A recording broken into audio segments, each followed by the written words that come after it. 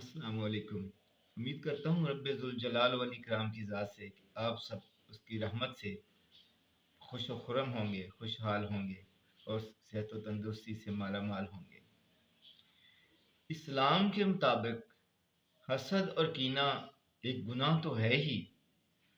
Science کے مطابق یہ سیلف ڈسٹرکشن کا بٹن ہے۔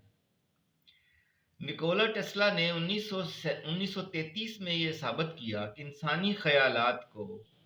تصویری شکل میں ڈالا جا سکتا ہے، اور سائنس اب اس بات پر متفق ہے، اس کو تسلیم کر رہی ہے کہ انسان کے دماغ کے الیکٹریکل سگنلز کو ڈیکوڈ کیا جا سکتا ہے۔ اور جیسا کہ آپ جانتے ہیں کہ انسان کا جسم 70% تک پانی پر مشتمل ہے، تو جاپان کے ایک سائنسدان ڈاکٹر مسارو ایموٹو، انہوں نے یہ بات ثابت کی ہے، یہ ریسرچ موجود ہے کہ اگر پانی پر آپ اچھی بات کریں گے، پیاری بات کریں گے، تو اس کے اندر خوبصورت ہیرے جیسی کرسٹلز بن جاتی ہیں، اور اگر آپ پانی کے پر گندی بات کریں گے، بری بات کریں گے، اس کو گالی دیں گے، تو اس کی شکل انتہائی کریہ اور مکروہ ہو جاتی ہے، بدصورت ہو جاتی ہے۔ تو اس سے آپ یہ دیکھیں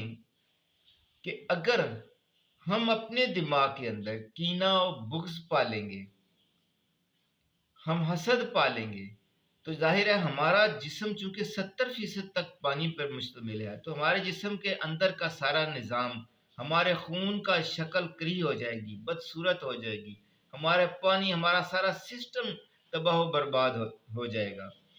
تو اس کا یعنی حسد اور کینہ پالنے کا اثر کسی اور پہ تو ہوگا یا نہیں ہوگا، ہمارا اپنا نظام سارا ضرور تباہ و برباد ہو جائے گا۔ تو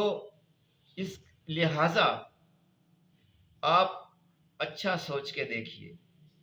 آپ کا جسم ہیرے جیسا ہو جائے گا، آپ کے جسم میں ہیرے جیسا خون دوڑے گا، آپ کے جسم کا سارا پانی کا نظام خوبصورت ہو جائے گا، آپ کی ساری ٹینشنیں ختم ہو جائیں گی، آپ پرسکون ہو جائیں گے، لوگوں کے لیے اچھا سوچیں، لوگوں کے لیے اچھی دعا کریں، لوگوں کی خوشحالی کی دعا کریں۔ آپ دیکھیں آپ کی طرف خوشحالی کیسے بھاگے گی، لوگوں کے سکون کا بندوبست کریں،